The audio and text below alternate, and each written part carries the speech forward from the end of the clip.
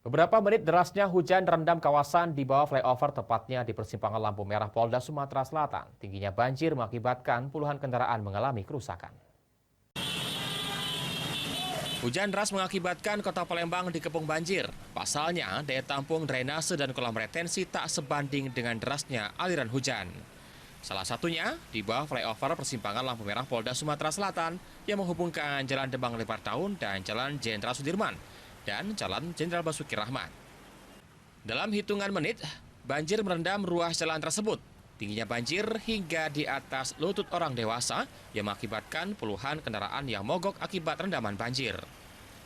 Salah seorang pengendara yang melintas mengatakan lokasi ini menjadi langganan banjir, diduga akibat banyaknya pembangunan sehingga daerah resapan air pun berkurang. Kalau menurut saya karena